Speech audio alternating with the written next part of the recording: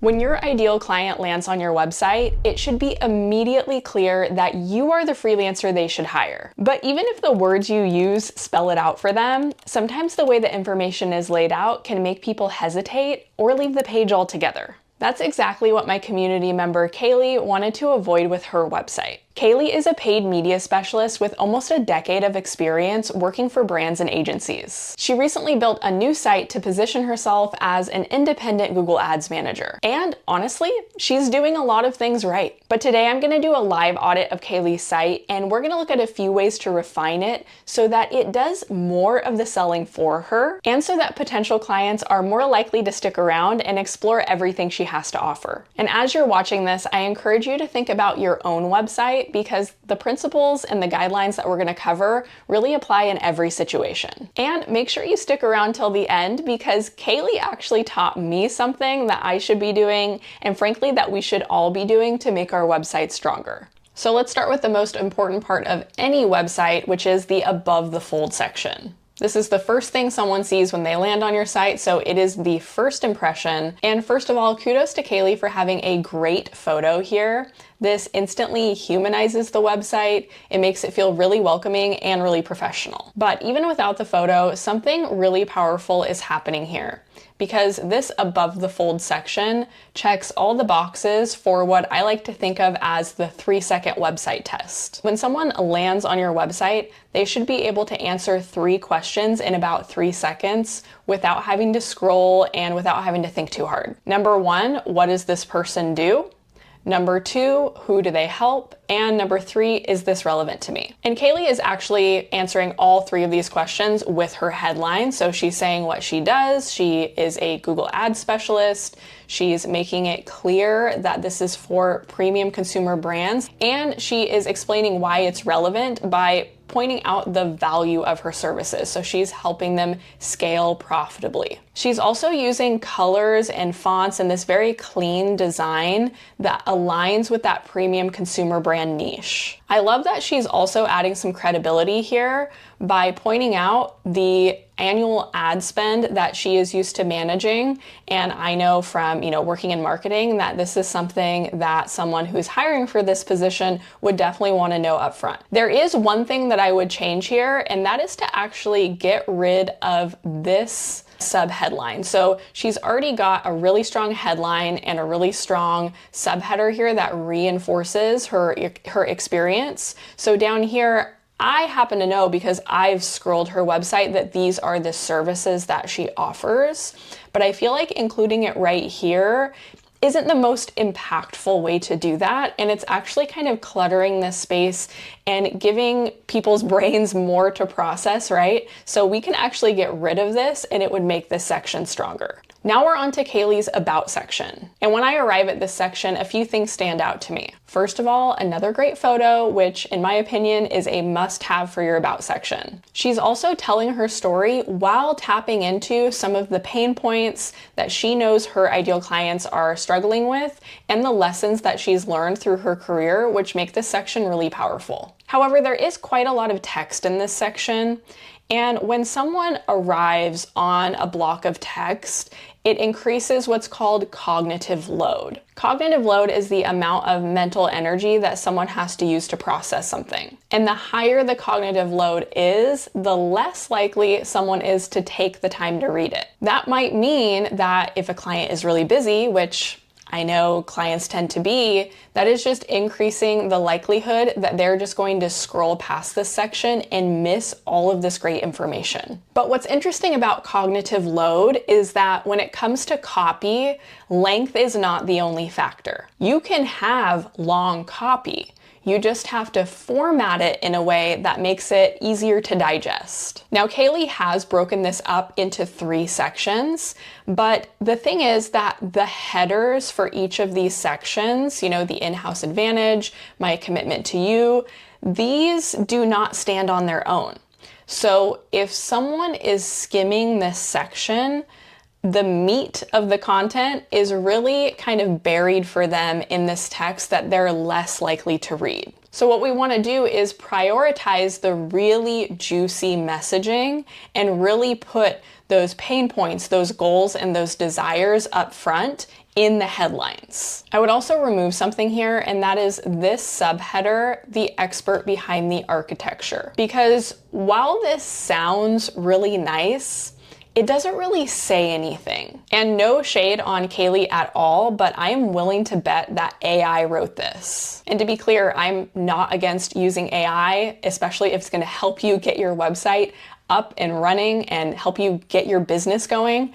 But in a lot of cases, it spits out this really generic messaging that isn't very impactful because, again, it doesn't really say anything. And you can see here, even if I remove it, it doesn't really change anything in this section. In fact, it makes it a little bit easier to digest. So I just used my magic little Chrome extension here to make some edits on Kaylee's About section to give you an idea of how she could prioritize the messaging that makes the most impact. So notice that I moved that messaging about her years of experience and her focus being profitable scale to the very top headline. So now if someone is just skimming through this section, they know immediately that she has 9 years of experience, which is huge, and that she knows how to scale profitably and she's managed millions in spend. We've also prioritized that really impactful messaging so that if someone is skimming this page, they're gonna see the bold-faced text first, and they're gonna get a taste of her expertise and her philosophy for managing Google Ads. Now onto the services section, which I am really excited about. And full credit to Kaylee, because when she sent me her website to audit,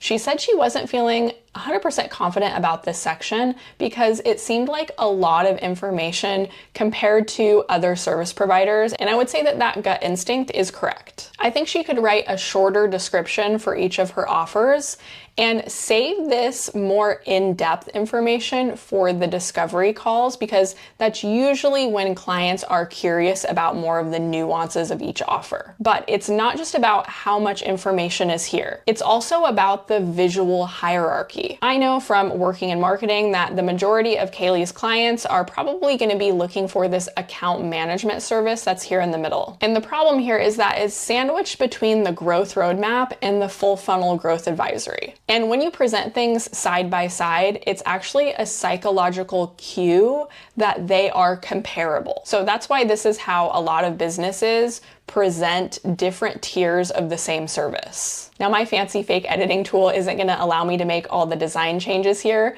but if I were to edit this site, I would prioritize account management by firstly stacking these offers and making sure that that one is at the top. And I might also make it stand out in some other way. Maybe it's larger, or maybe it is a different color, something like that, so that it really stands out. And I want to point out something really awesome at the end of this section, which is that Kaylee included a really compelling call to action. And right here at the end of your services is a great place to do that. And beyond this, Kaylee has a couple of sections that go even deeper into her expertise and some of the challenges that her ideal clients are probably facing. And again, she's doing a great job at addressing pain points. For example, a lot of agencies charge based on ad spend, and so she's calling out here that she works on a flat fee basis. If anything, I might give this section more priority, maybe move it up to the top of this section or make it stand out in some way.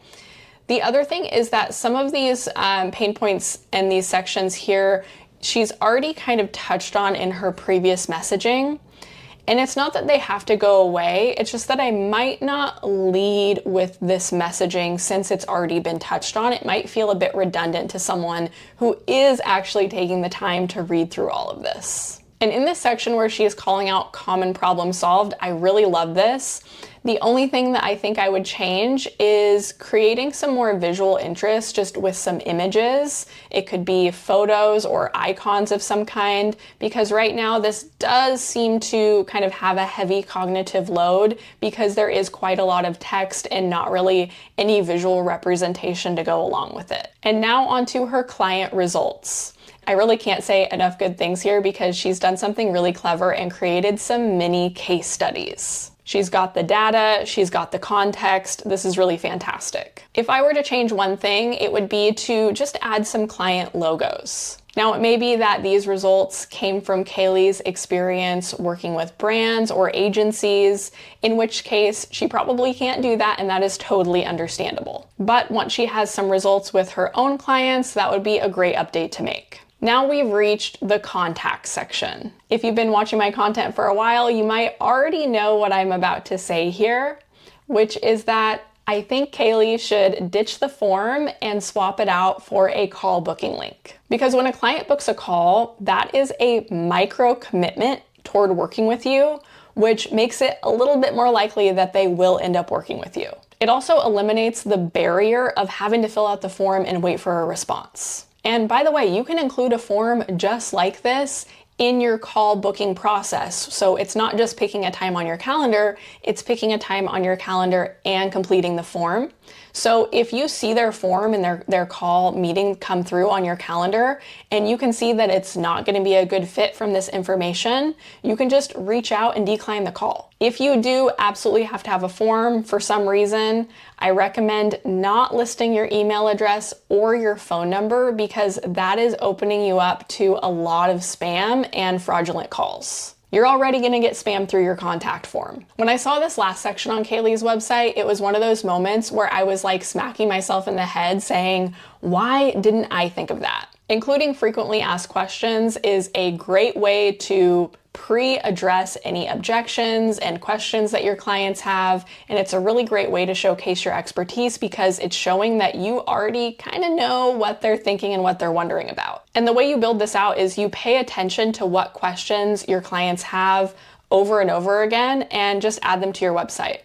I want to be really clear. If I were Kaylee, I would not hesitate about launching this website as it is. It answers the key questions, it's easy to navigate, and her expertise does shine through. But if I wanted to remove the barriers that might cause some hesitation or that might cause someone to leave the page, I would make these tweaks. Firstly, I would format it for the skimmers, the people who are too busy to read all the text, and make sure that the important messaging really stands out. I would also highlight her core retainer in the services section, because not only is that probably what her clients are likely looking for, but it is probably also the service that she wants to sell the most of. And I would skip the form and just have a call booking link, which you can set up for free with a tool like Calendly. Remember, the goal isn't just to have a website.